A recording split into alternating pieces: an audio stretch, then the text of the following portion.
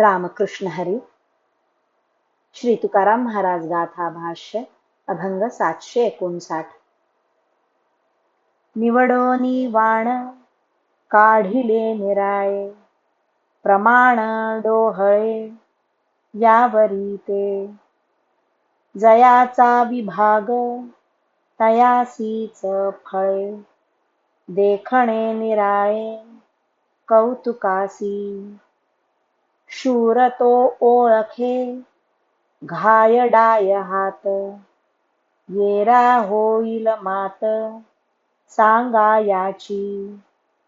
तुका म्हणे माझी केळवली वाणी, केला निजस्थानी जानवसा.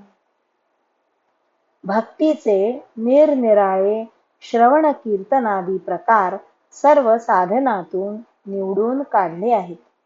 ज्याला ज्या प्रकारची आवड असेल त्यांनी त्याचा स्वीकार करावा. भक्तीमध्ये आवड हीच मुख्य प्रमाण आहे. अधिकारानुसार ज्याच्या वाट्याला जो भक्तीचा भाग आला असेल त्याला तो फलद्रूप होतो.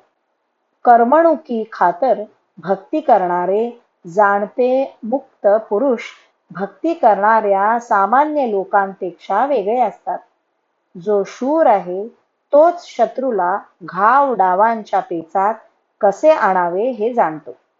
इतरांना युद्ध म्हणजे परस्परांना सांगण्याकरिता कर्मणुकीची गोष्ट होईल. त्याप्रमाणे पामर विषयी यांना संसाराला जिंकण्याकरिता भक्ती ही कर्तव्य आहे आणि संसारातून मुक्त झालेल्या ज्ञानाला ती कौतुकाचा विषय आहे. तुकाराम महाराज म्हणतात, माझी वाणी नववधूप्रमाणे शोभत आहे, कारण तिने आपले मूळचे निजस्थान जे हरीचे स्वरूप त्याच्या घरी नांदण्याकरिता वास्तव्य केले आहे. किंवा माझी सुंदर वाणी हरीच्या घरीच नांदते, म्हणून ती जे बोलते ते हरीच्या आधाराने बोलते. रामकृष्ण हरी. श्री कृष्णार्पणमस्तु.